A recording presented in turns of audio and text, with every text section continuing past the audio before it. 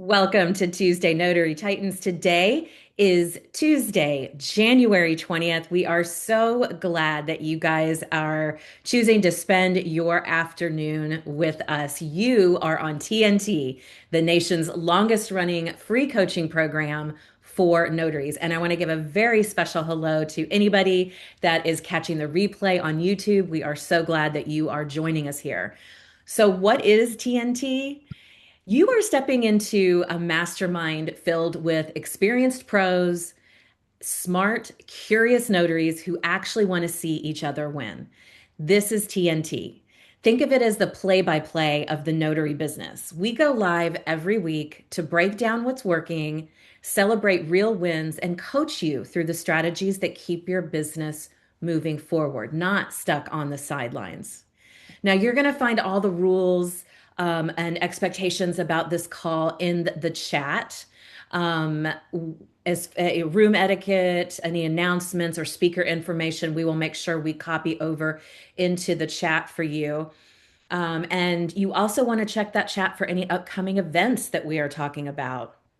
We ask you to bring us any question. Nothing is off limits, and all you have to do is raise your virtual hand to get in line to have your question answered. Now, you'll find your virtual hand at the bottom of your Zoom screen, little outline of a hand that says raised hand feature.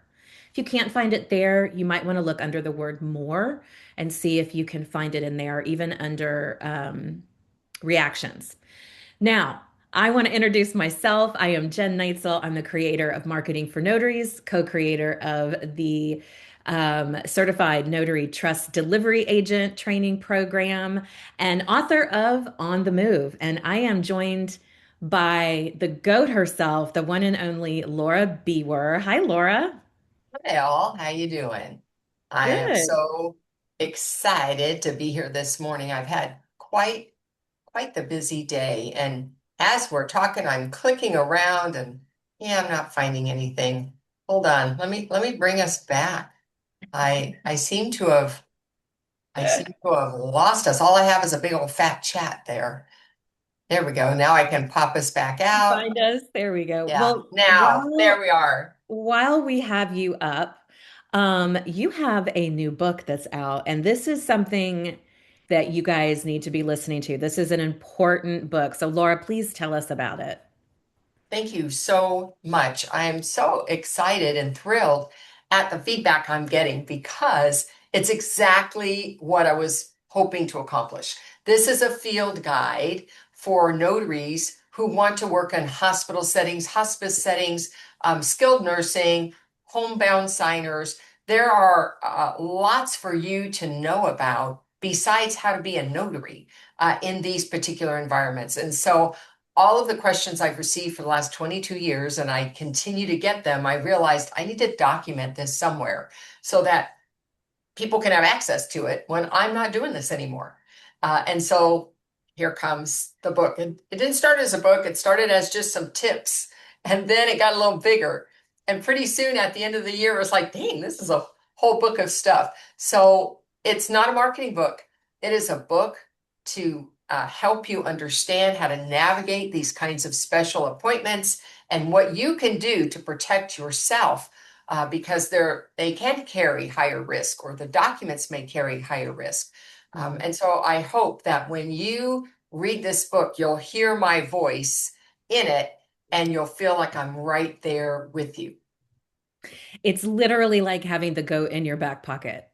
You just put the field guide in Yeah. your notary bag and keep it there. I envision this book as being something that notaries are going to be carrying around with them for years to come and have it marked up. And as they learn new things and reread the book, they'll be able to extrapolate even more from it, and all the wisdom that you share with the community. So, if you guys don't have this book, the link is in the chat. I encourage you to check it out. Now, we are joined and supported on this call by Matt Miller, the president of the California League of Independent Notaries. And Matt, you have a little bit of news to share with us this week too, don't you? I do. Thanks, Jen. So I'm very pleased to announce that um, The California League of Independent Notaries is sponsoring a notary fee increase bill in California that was introduced in the legislature last week. This would raise our fee caps from $15 to $20 if passed. And we are at the beginning of the campaign, but to get informed and read more, I put a link in the chat to our press release. This is going to be an exciting project this year, guys. So I will keep you informed as we progress. That's great news. We all deserve a little bump in pay, don't we? We do. Thank you. Thank you for all the work you've done with that, Matt. We all appreciate it. Now, I want to remind you guys that the NNA conference is coming up in May. Early bird ticket pricing ends at the end of this month. It ends in 9 days. So if you are interested in going and you want to get the best price available, now is the time to do that. You can check the chat for the link to get yourself signed up.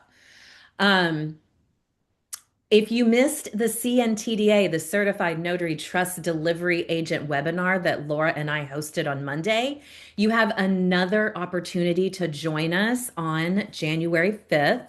I'm going to put that link in the chat. And I want to just you guys are our people, the ones we see every day. And I want to remind you that our pricing is changing on February 1st for that CNTDA webinar.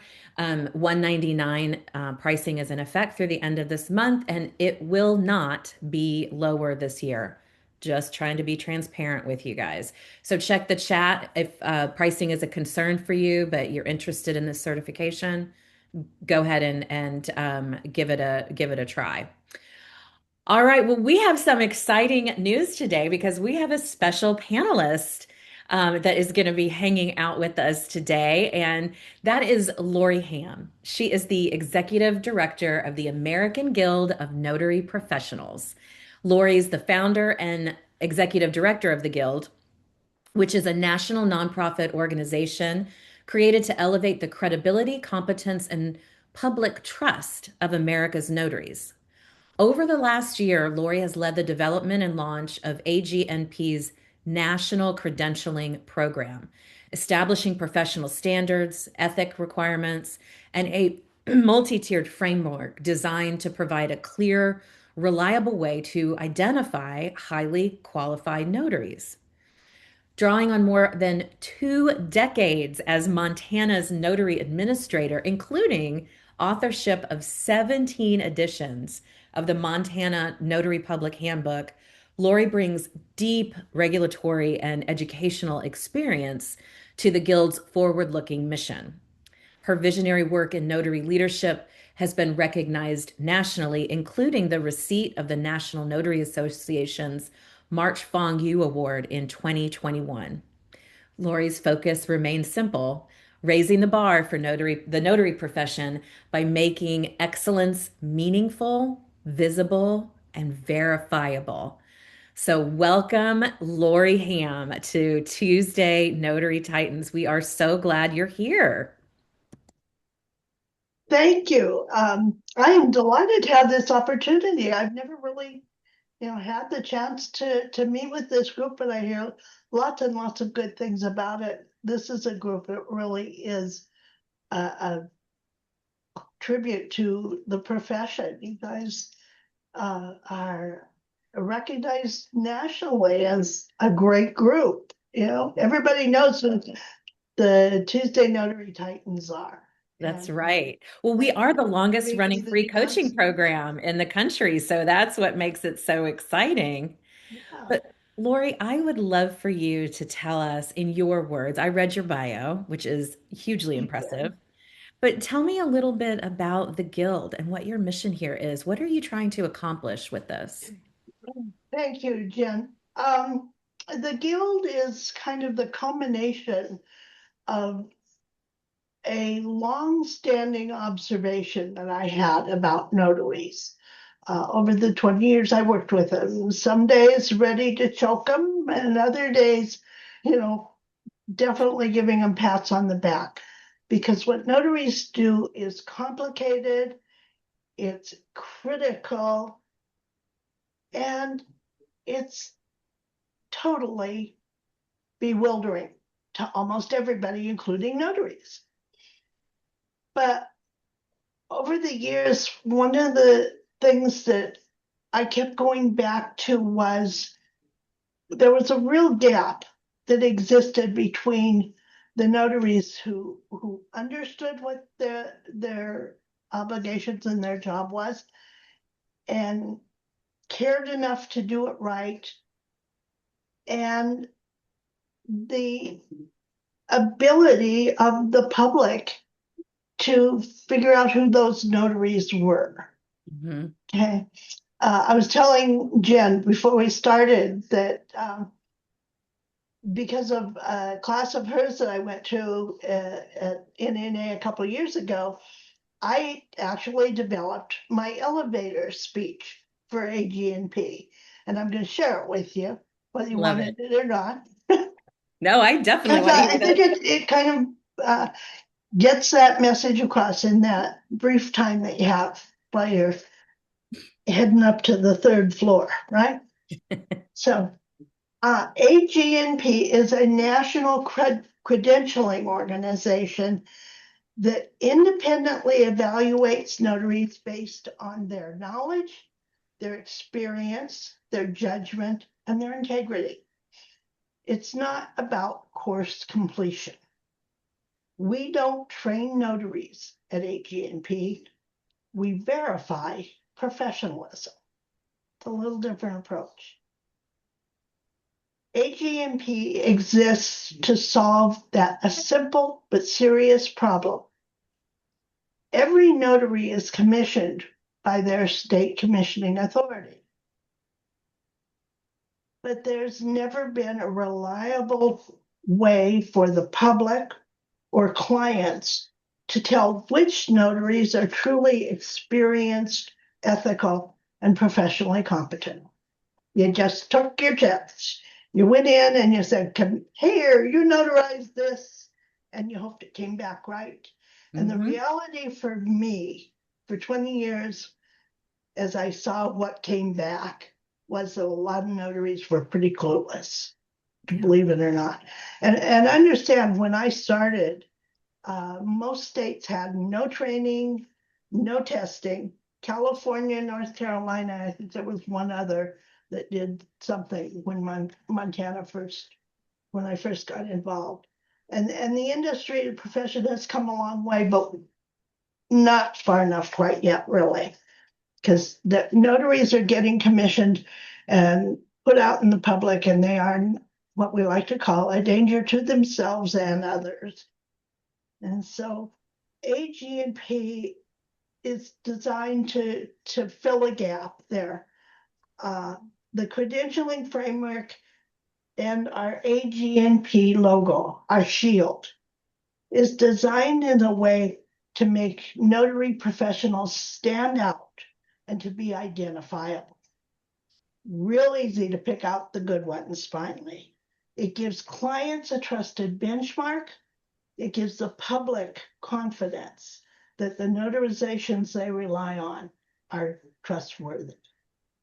So the the whole purpose for ANGP is about elevating the profession by making excellence visible, verifiable, and trusted. So we're a completely unique organization. We have members mostly because you have to fit in some kind of a round hole around here. But we're not an association, we're not a membership group, we are not providing training. We will make training accessible, but it's not AGNP training. We're independent.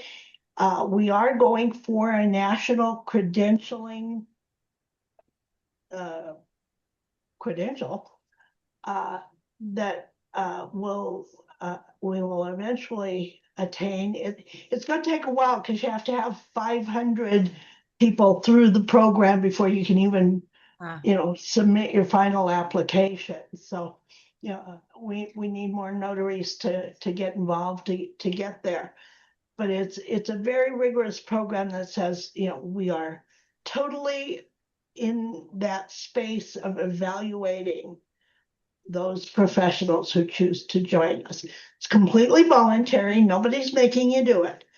but it's a way for the notaries who truly care about this profession and about doing what they do to the very best of their ability and the highest standards and ethics out there.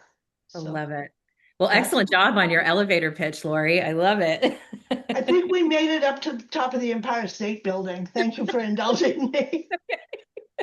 No, what you're doing, is really important. And you actually have two of our co-hosts are on your board, and that is Laura and Matt, that Yes. are also part of this, both of whom are considered master notaries in the state of California. So I want to give Laura and or Matt an opportunity to chat with you for just a second. But while we're doing that, guys, if you have already been to the American Guild of Notary Professionals, please put your designation, whether you're expert, master, professional, what's the other one, guys? Help me out.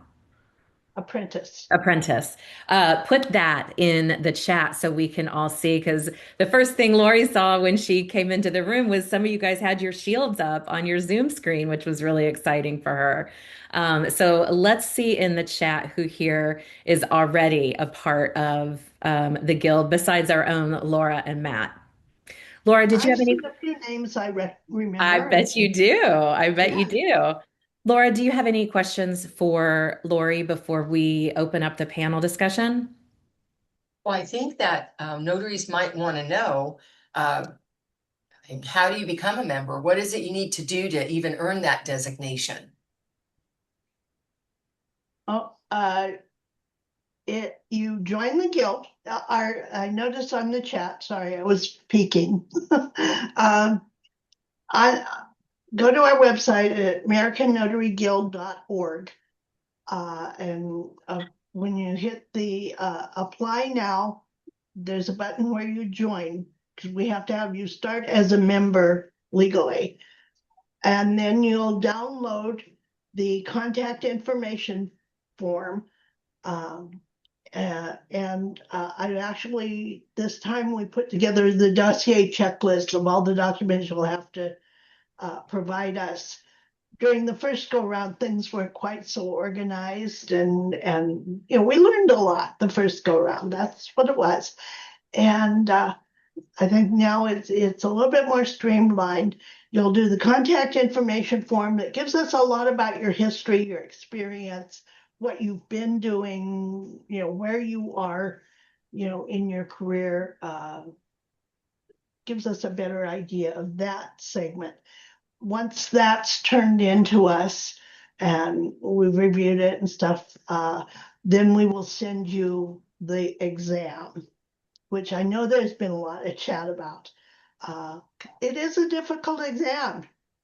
Extensive. Anybody who took it will tell you, holy cow, Mhm. it's not like the exams you get from the state commissioning authority, but it's designed to not only get the right answers, because it actually in several of the questions, there is no one right answer.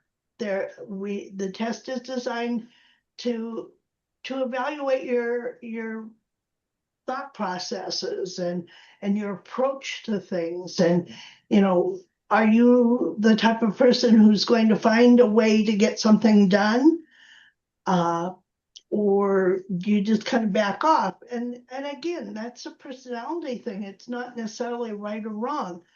But what I saw in evaluating the first batch of examinations is that it was pretty easy from the answers to tell notaries that really were committed to the profession, and they would go hunting.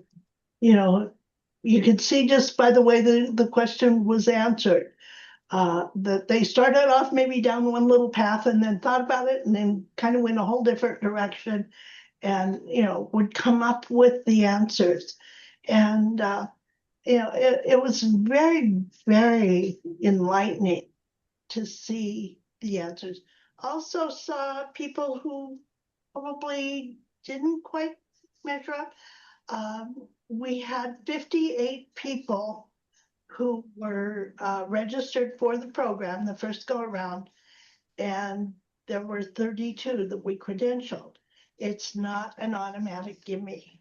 You have to earn your credential. Well, and that's what I love about it. It tells you, I mean, and you can look at it as, you can look at this as, oh, a test is hard and I hate tests and I don't test well. And you can have that mentality going in. Or you can say, I'm going to finish this to the best of my ability. And it's going to show me on a scale where I fall. And it's going to tell me what it is I need to work on because nobody's perfect, right? We all have areas that we can work out. But we are getting some questions in the chat, guys, and I want to encourage you. Please raise your digital hand. You will find that at the bottom of your Zoom screen. It's a little outline of a hand. And we can ask Lori any question we want about the Guild. In fact, I encourage you, please, she's here today to answer any questions. And it is not lost on me here, and I need to point this out because I'm looking at them in my windows. I've got Laura Bewer in one window with Lori Hamm right next to her, and then Matt Miller.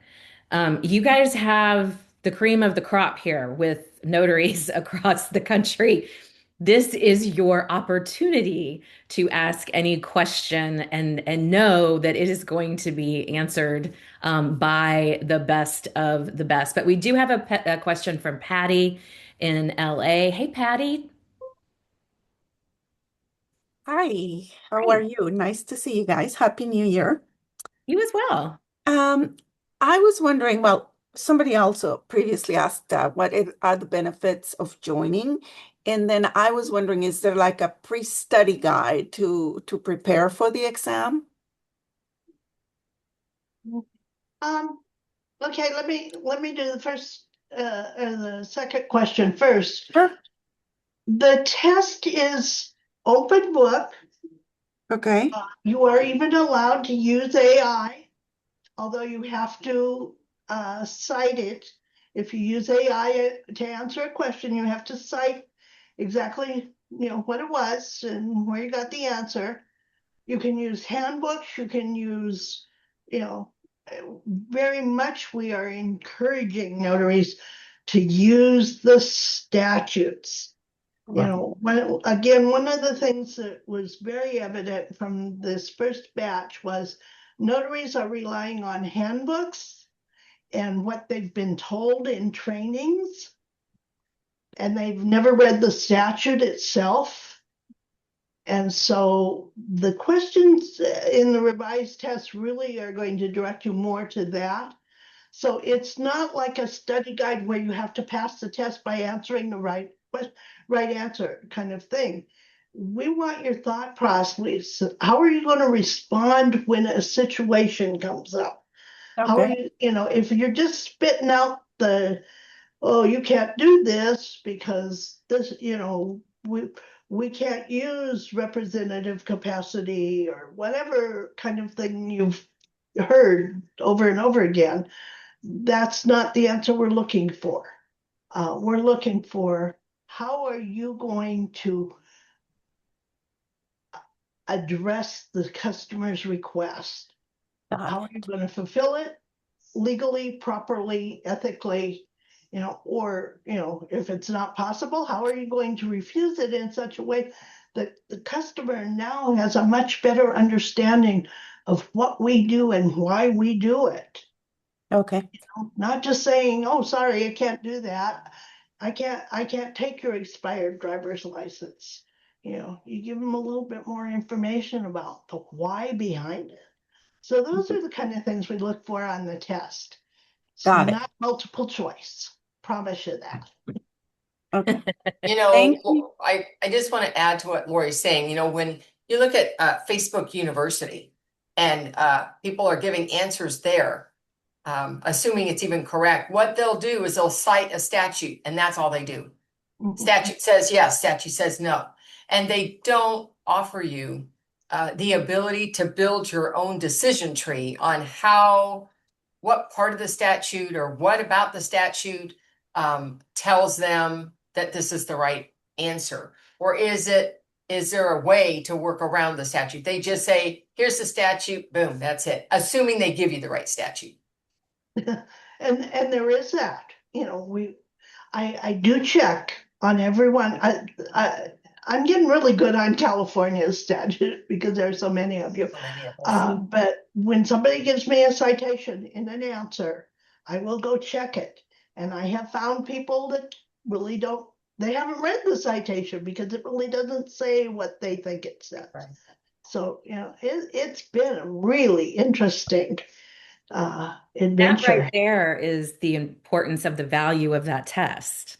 You're highlighting because you might think you know, Mhm. but you don't know. So that's why that is so important. But my friend Daniel out in Oregon and Washington, and author of the book on customer service, has a question for you. Yeah, what's the cost for joining your guild, and what what's the I mean, we get recognized with as being a certain level in the guild. Is is that certification well known enough to I guess I'm looking for an ROI here. Is there going to be what's the investment? Is it anything more than just saying, "Hey, I'm one of the elites," or is I'm trying to right now. I'm in a point where the cash isn't as full as it was. I'm about to go on leave, so uh, I'd like to know that part of it. That's a great question. Thank you, Daniel. Um, the membership cost is $100 a year, and you do have to stay active as as a member to keep your credential. So it's not like you just get the credential this year and next year you don't, and you lose your rights to use the shield if you're not an active member, because that's how we make sure that you're meeting the standards and so forth. I mean, you have to be part of the organization. No different than the accountants and the certified financial planners and all of that. What does active So, mean? pardon? What does active You have mean? an active membership. So it's $100 a year, basically, is what I'm Okay. saying. Continue to. Okay? But one of the decisions we have made as a board is that whatever your entry fee was because last year it was $50, uh, your fee will stay that for the duration as long as you stay current. So even if it goes up in the future, if you join now, you're locked in at the rate that you enter in as far as dollars. As for return on investment and benefit, um, yeah, we are a new organization. This is a brand new concept in notary. It's not a new concept out there in the world. Other professions have been doing it. So it is not very well known at this point, and it's been a chicken and the egg kind of challenge for me for this last year as I was developing this, because you have to have credentialed notaries for people to use credentialed notaries. And credentialed notaries, then, of course, want something that provides that tangible benefit. So our emphasis going forward, now that we have our first batch of credentialed notaries, and we are continuing to reach out and to increase that membership so that there are more. We are also reaching out to key partners, if you will, that will be looking to, for example, signing services. I have a couple of signing services now that are saying, once they have enough resource to get, they will insist on having a AGNP credentialed notary as a reference, as their preference. Uh, we're working with some law offices. Got a group through the Bar Association that we've reached out to, and we're selling the idea of using a credentialed notary as a preferred notary rather than relying on their staff. Mhm. And then they're open to that. We're finding that. So it's going to grow. It's not huge yet. Can't promise you, right off the bat.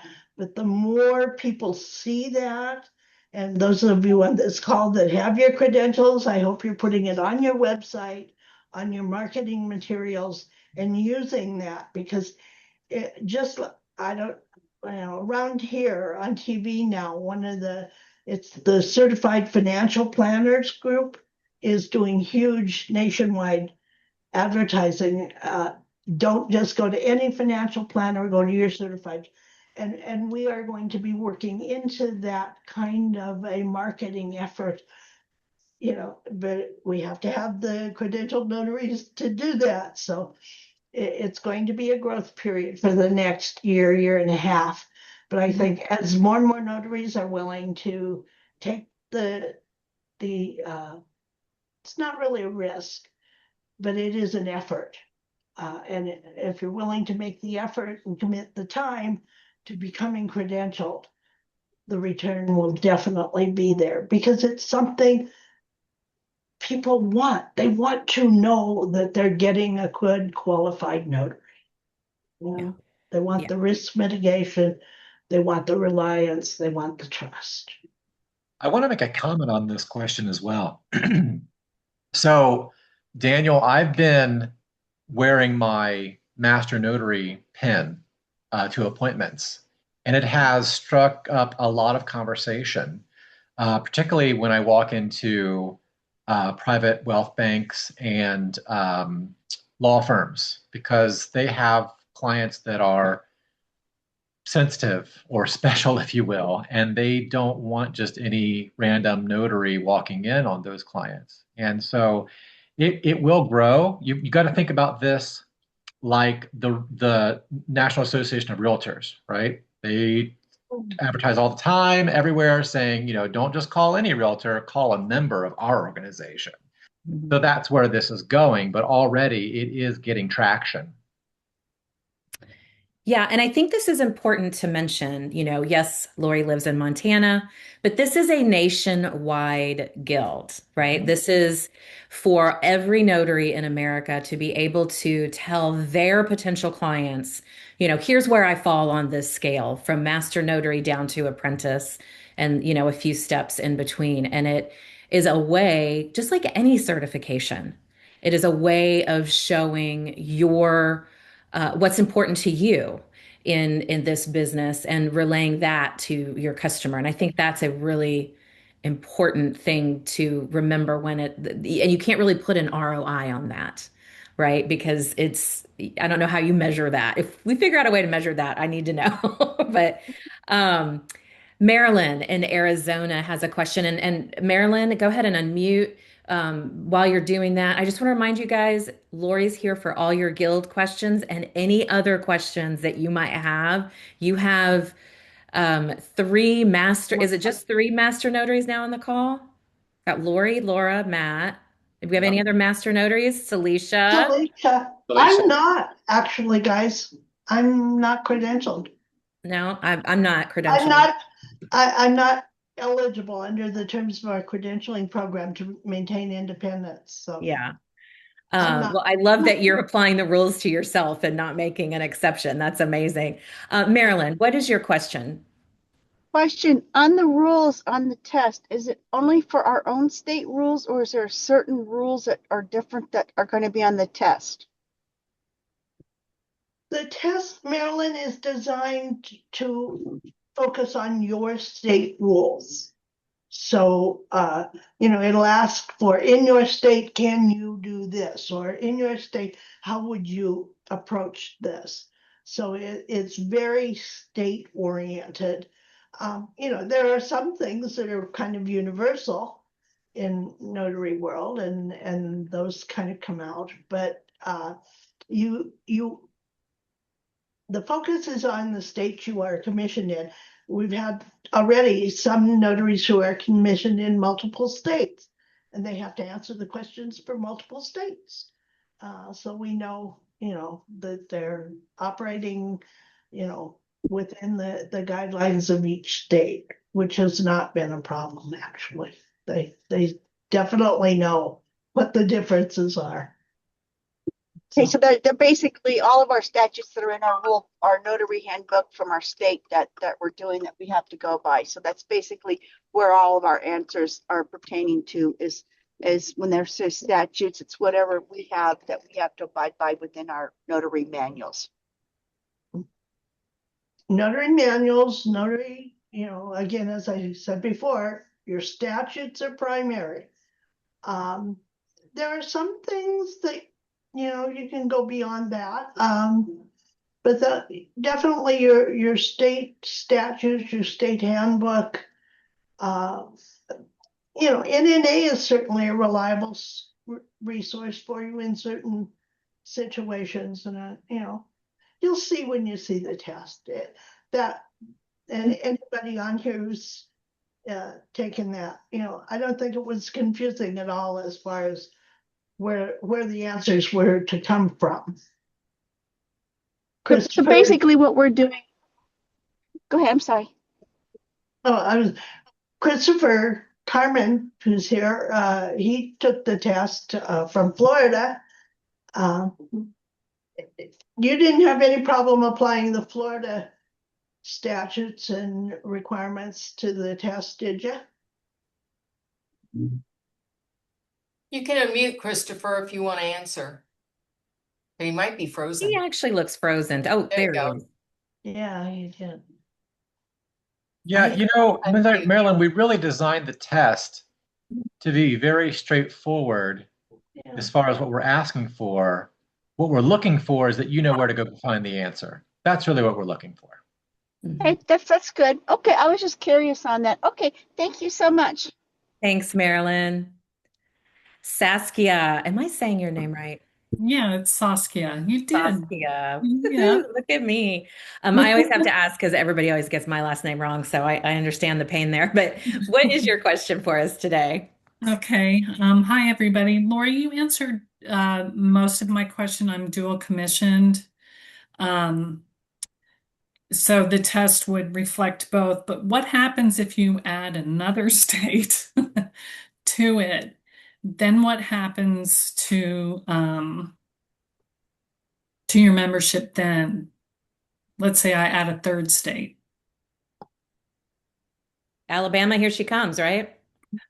North Carolina. North Carolina, here she That comes. question you never have run into before. But actually, it's not an issue because it's as much testing if you know how to find the answer, not what the answer is. So, Okay. if, let's say you get credentialed out of Florida and then we're also able to be simultaneously commissioned in Alabama, whatever, probably would want to have at least some of the exam, make sure you're up to date on that. But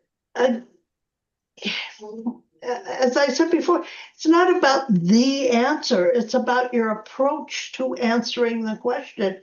And if you know how to get to the answer in Florida, you're going to know how to get to the answer in Alabama or wherever. So it's a good question, and it's probably one that we have to maybe address a little bit in the future, but I don't see it as being, where you have to start over entirely, because you're still you still have your institutional knowledge about the notary profession. Maybe we just have to hone in on a few of the little distinctions in any given state, but we'll burn that bridge when we come to it. Fair enough? Okay. Thank you very much. Thank you for that. Celicia in Jacksonville. Hey everybody, and Happy New Year, Lori. Happy New Year, everybody. Oh, did I get it? Are you guys hear me? Yep. Yeah.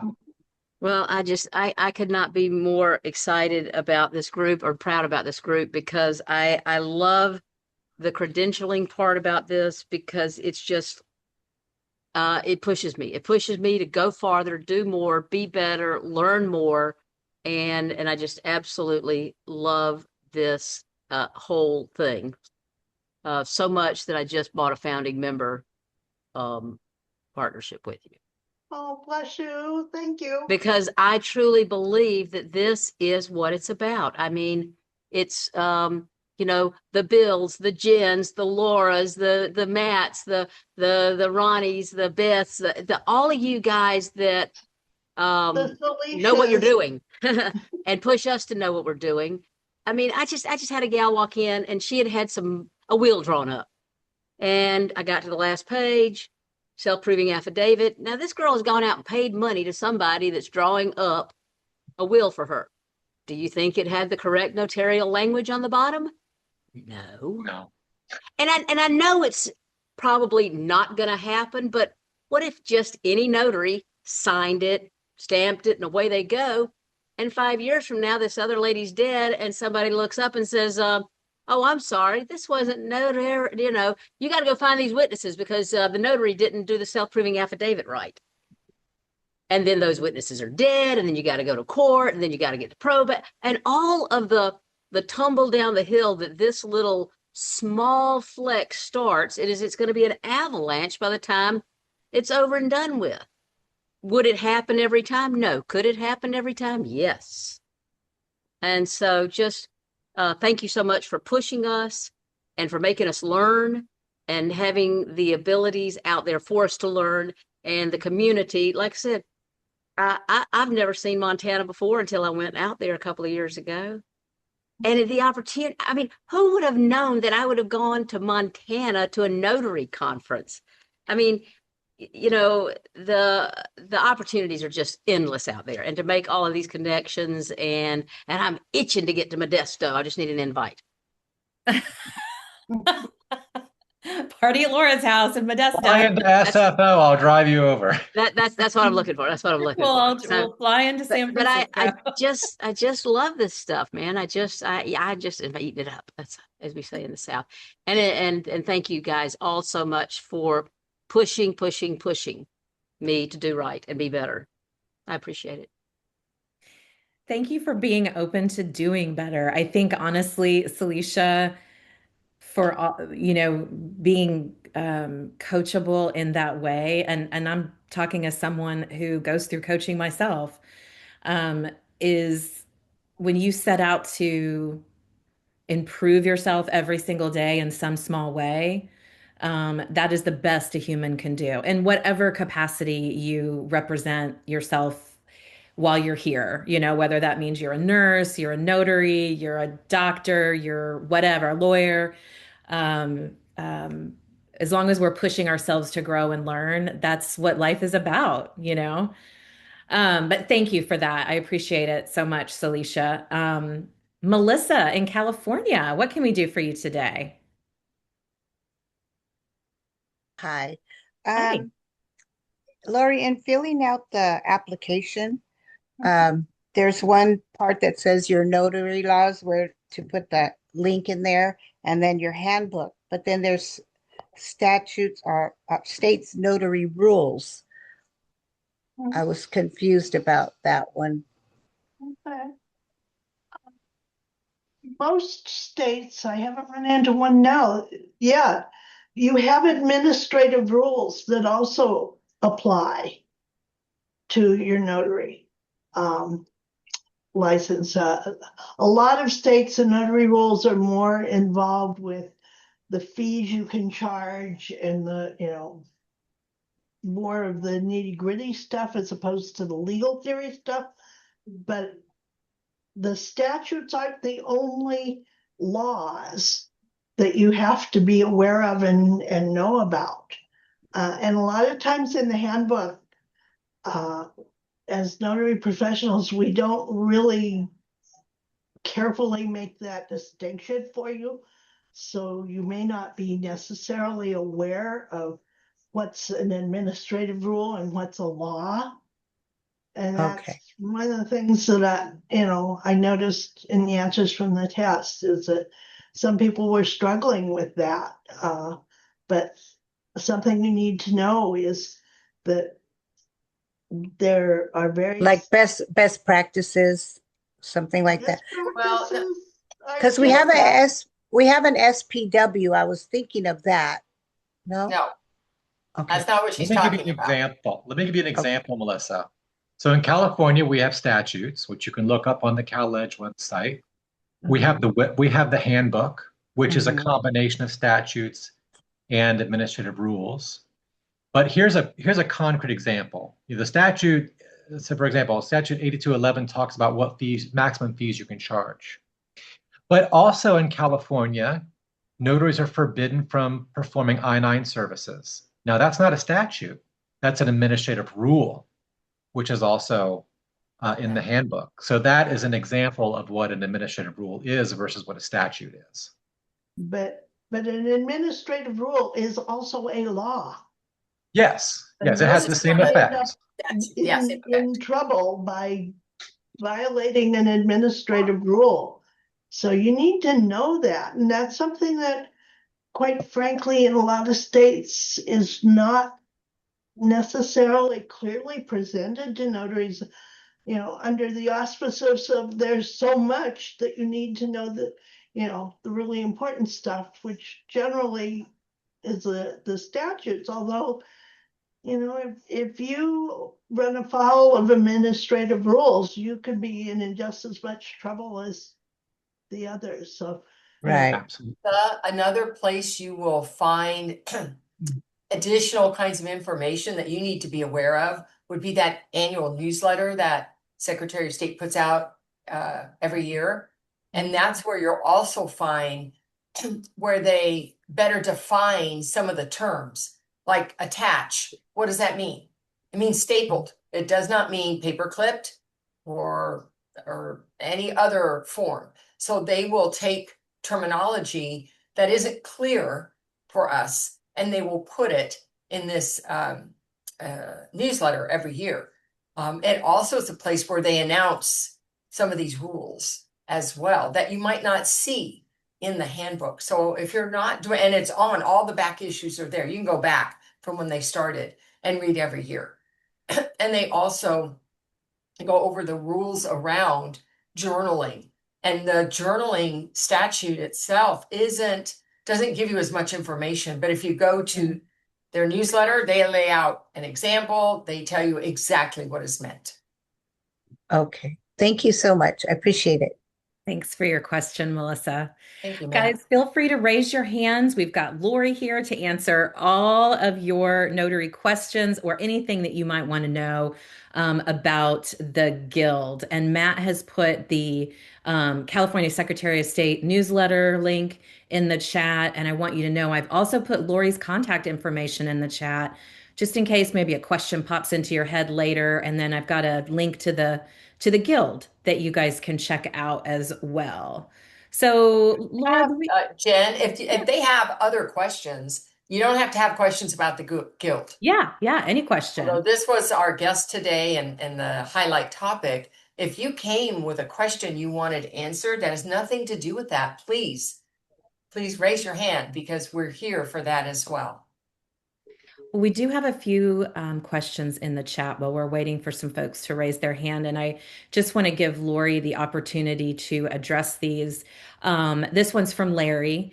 He's wondering if there's a chance to take the exam more than once if things go sideways initially. absolutely. Love that. You know, again, we're not meant, the exam isn't meant to be punitive, it's meant to be educational. And Mhm. so, if you don't quite make it the first time, we'll get back with you and discuss where it appears there are some gaps that you might want to be filling in, that sort of stuff. Because our goal, honestly, we'd love to have every notary out there credentialed, Yeah. because that means they care enough to know what they're doing. That's a good thing for all of us. Mhm. The reality is that probably isn't going to happen, certainly not in my lifetime. But yeah, no, it's not something where, pass, fail, you're out. We don't ever want, it's not that environment at all. It's Yeah. meant to be a supportive thing to help you be the best you can be so that you achieve that level of credibility that as notaries we want to offer our customers, right? That's It's not a negative at all. Yeah, absolutely. Mary in Illinois wants to know, how is master notary achieved? Master notary basically is designating somebody who knows the notary profession. And this is one of the things we had to clarify as we went along, because initially we kind of formulated it and conveyed it as a ladder. And that's not meant to be it. There's a growth process in there. You start out as an apprentice, honing your skills, learning more about it and that sort of thing. You move in. But the epitome for the notary function, for notary practice, is the professional notary. That says you know how to do your job as well as anybody out there. The expert and the master credential are for those people who want to get into mentoring and training. And we're going back to that Renaissance skills concept of the guild. The master notaries basically are the teachers, the professors, the trainers, the Lauras, the Matts, the Jen, people who have the knowledge and serve their customers perfect, up to the highest standards. But they are also willing to share that knowledge and pass it on to the next generation. So not everybody is going to even want to be a master notary. That's not the goal. The goal is to be a professional notary, that you can go out and that's where the public is going to look. And if you look at the badges that we created, it's actually the professional notary badge, and that the wording on that stands out. That is the most eye-catching when it's compared. I did a little had our graphic artists do some work on that, and it is a professional notary that stands out the easiest to the human eye, because they're the ones that we want the people to recognize first. Professional notary. Master notary is the professional that's willing to share, if you will. Expert, the professional that's willing to mentor, the one-on-one, the up close and personal kind of sharing. So, again, not really a whole ladder kind of thing where everybody's looking to be a master. A lot of people they don't want to be trainers. They are not comfortable in that kind of a situation. They want to, do the one-on-one work. And Yeah. that's what we really want. So, understand what those credentials mean. Yeah. Well, I think as a consumer, it's wonderful to know now that we have this scale, this way of measuring. If the person that is training you, knows what they talk about. I mean, what they're talking about. You know, for me to sit here, somebody who, um, like I don't think I would get my designation because I don't teach people anymore how to be a notary. My focus is teaching notaries and mobile business owners how to market their services. And so I'm learning things about that, right? And it would be like, as a consumer though, to be able to look and say, oh, this program was co-authored by Laura Bewer, a master notary, or oh, this is the organization that Matt Miller, a master notary, started. It lets you know right off the top as a notary consumer that you don't have to be concerned about the quality of that, or wondering if that person knows what they're talking about.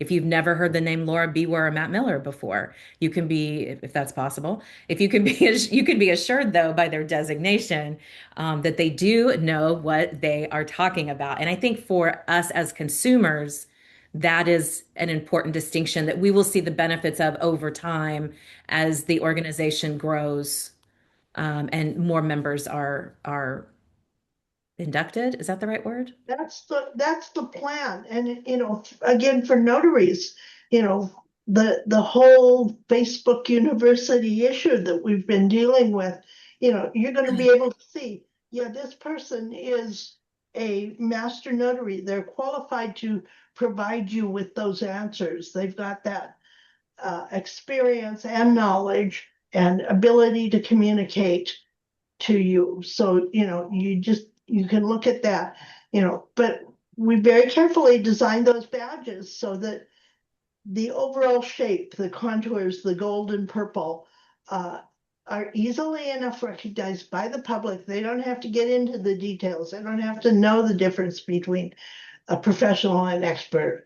They're just going to see that credential and know this is a notary who knows what they're doing. They're committed to always achieving the highest standards, the ethics, meeting those kind of thresholds.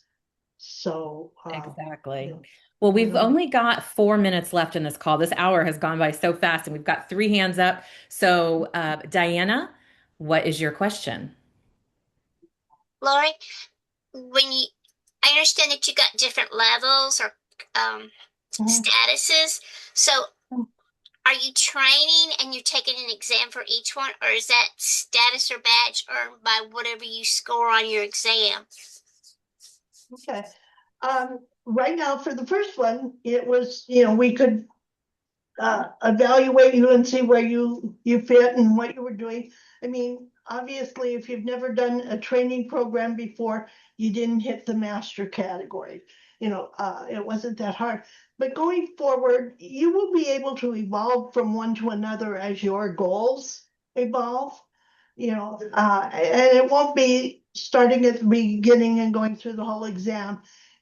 Let's say you get in, you get credentialed as a professional notary, you keep going, you maintain that, but you decide you want to become a trainer, a teacher. We'll work with you where you supply us the evidence that you're achieving that. You've created some training, you've done some sessions, people are responding to them. So it's not like you start over for each time you go. It's an ongoing process if you choose to move through the credentialing platform. Okay, so it's a continuing program and process. Exactly. And Okay. some people will go to the professional level and they'll stay at that level, but you are always, everybody in the program is required to take so many hours of continuing education every year to maintain their credential. You don't just get to the peak and stay there all by yourself. You are continually improving and continually expanding your knowledge and so whether you change levels or not, that's an important part of the program. Thank you for that explanation. Sure. Thanks, Diana. And we have one last question from Faith in Houston, Texas. Hi, Faith. Hello, everyone. So, Lori, my what I'm getting is that this is not niche specific, right? Right. Great. So, well, how long does it Notary specific. good?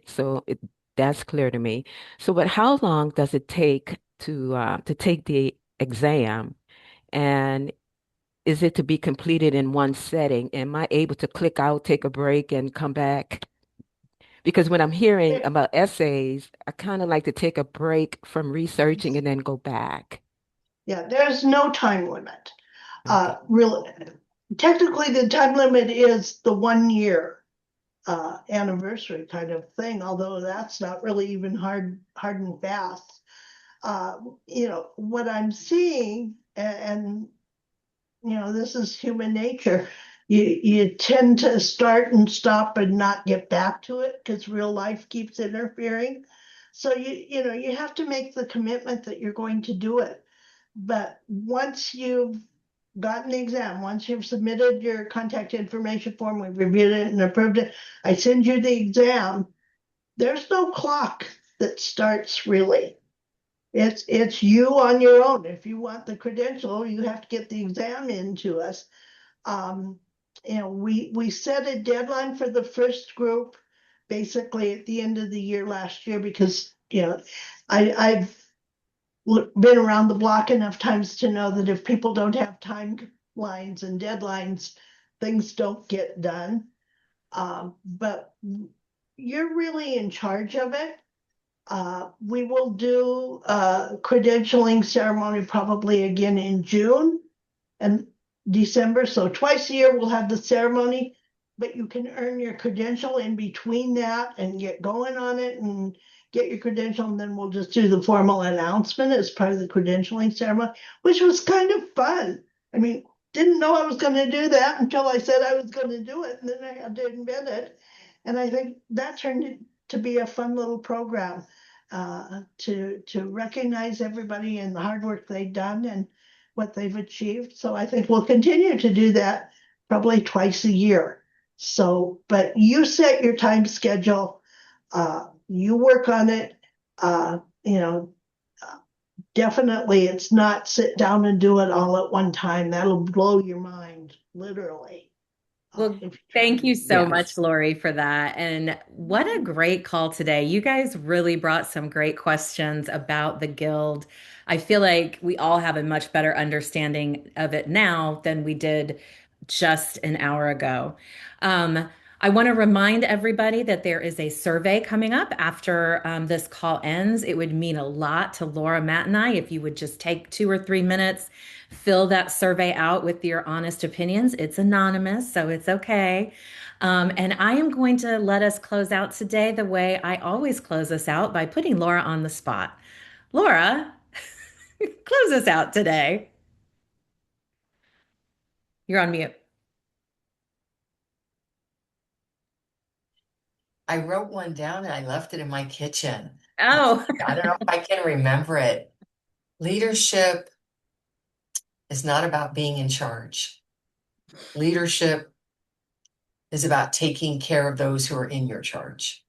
oh, love that. That's a thinker. Love it. Guys, have a fabulous week. Thank you, Lori, so much for being here today, for your time. We all appreciate it so much. Bye, everybody. Bye, everyone. Thank you. I appreciate the Uh, opportunity. Absolutely. You were fabulous. Hey, and if anybody has any questions that pop up after, you know how to get a hold of me, Matt, to put the email and I will get back to you just as quick as I possibly can. Yeah, I posted it in there a couple times, Lori, so that Oh, people thank could you. reach out to you if they had any questions that popped up later. So have a great afternoon. Thank you.